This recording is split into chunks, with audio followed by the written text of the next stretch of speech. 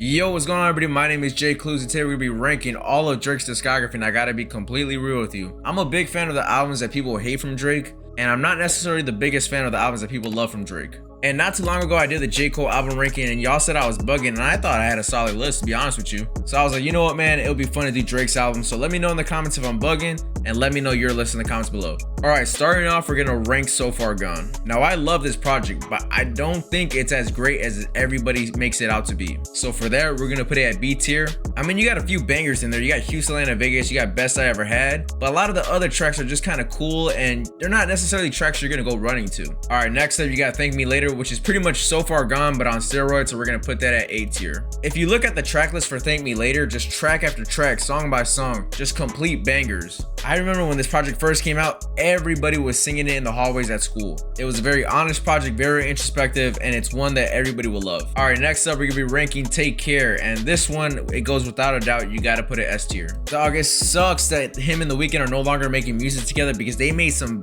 fucking fire on here. It was very atmospheric, it was deeply emotional, and it influenced today's hip-hop music. I mean, some of his best songs in his discography are on this album. A lot of people have Take Care as his best album ever, but I'm not gonna spoil it just now, but I don't think it's his best project ever. All right, next we're gonna be ranking Nothing Was the Same, and this one is also a banger, but I gotta put it at A tier. In this project, he did a very great job with blending rap and R&B music. It didn't have the same emotional depth as Take Care, but it still really stands on its own. Majority of these tracks are extremely fire, but there's also a little bit of filler in there. I low-key do want to put it S tier, but we gotta hold on a little bit. All right, now it's time for If You're Reading This, It's Too Late, and to be honest with you, I fucking love this project a lot. We gotta put it S tier. Dog, the memories and the moments this album gave for me in my personal life, you cannot deny it. I have to put it S tier. To me, If You're Reading This, It's Too Late is a no-skip album, and it had me feeling like I was at Starlet's even though I've never been there before. It had me feeling like I was Lou Will coming off the bench and going crazy with some lemon pepper wings and two girls like Lou Will. All right, now we're gonna be ranking What a Time to Be Alive, and y'all gonna hate me for this one, but we're gonna put this one at C tier. Now, there's some hits on this project, but to me, I didn't really like them like the masses loved it. To me, this project was essentially regular Future, regular Drake. They had some leftover songs and was like,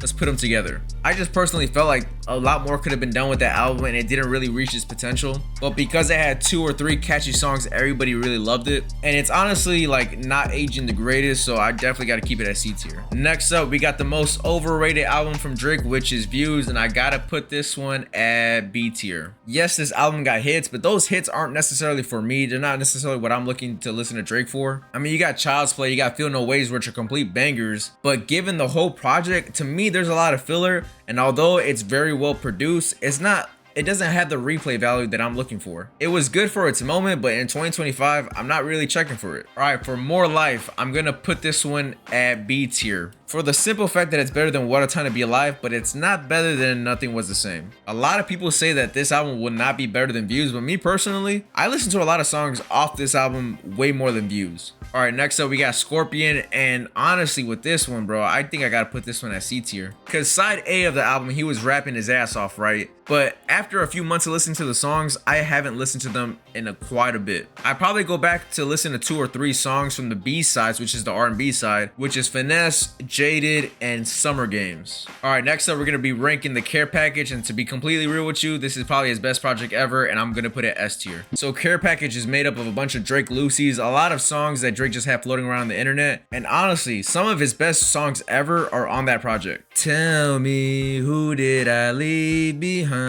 You have Club Paradise. You also got the best time stamp song in 4 p.m. in Calabasas. Jodeci Freestyle with J. Cole. The Motion. How About Now? Trust Issues. You can go through top to bottom in that entire project. It is complete fire. Care Package is Drake's best project ever. All right, now we got Dark Lane, Demo Tapes, and this one I'm gonna put it as C tier for show. There's literally like only 2 or 3 great songs on that project, and the rest, I don't think anybody even hears them. You got Chicago Freestyle, Not You Two, and maybe D4L and War, but that's about it. Like, I pretty much don't have any words to really describe that project because it was very forgettable. Now, this is where I'm gonna fuck the game up right here. CLB, we're gonna put it at S tier. CLB was the most hated album that came out from Drake in that time period. period. And I was like, what the fuck is wrong with everybody? You got classic Drake over some classic samples. You also got a couple of Drake's best songs ever on this album, like Pipe Down on here. It was absolutely fucking insane. It was just a great overall album. It was an album that you could play top to bottom and just vibe out. I'm almost certain that people were hating on this album for the simple fact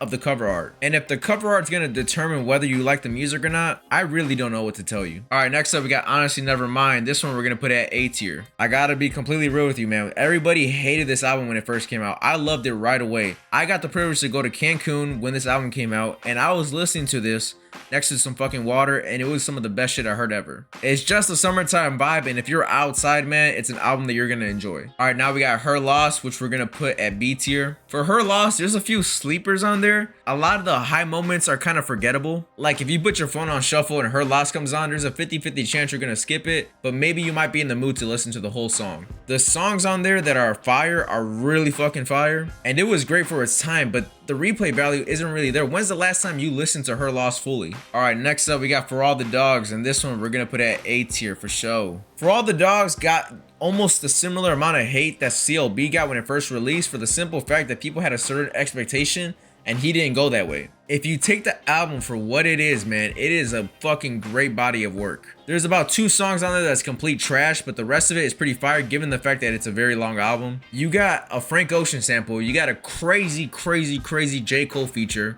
You also got a very underrated timestamp record with ADM and Charlotte. And if you're looking for a different vibe, man, they also got that SZA record, you got that Party record, just sets the mood perfectly. Now we got Some Sexy Songs for You, and this one we're definitely gonna put it at B tier. We in Miami turning up another night. There's about 3 to 4 tracks on here that I really love, but the rest I don't really want to hear that much. And honestly, I really love Party sound on this album, but there's times where Drake just gets into like this very melancholic flow that just drags on for too long. Not a bad project, but not his greatest project either. Well, there you have it, everybody. That is my tier list. Go ahead and comment down below if my list is valid or if it's whack, and let me know in the comments how you would change this up. If you enjoy the content, man, make sure you give this a like, and if you rock with me, go ahead and subscribe, and if you really rock with me, go ahead and sign up for the Patreon. That's all I really got for you. I'll catch you on the next one.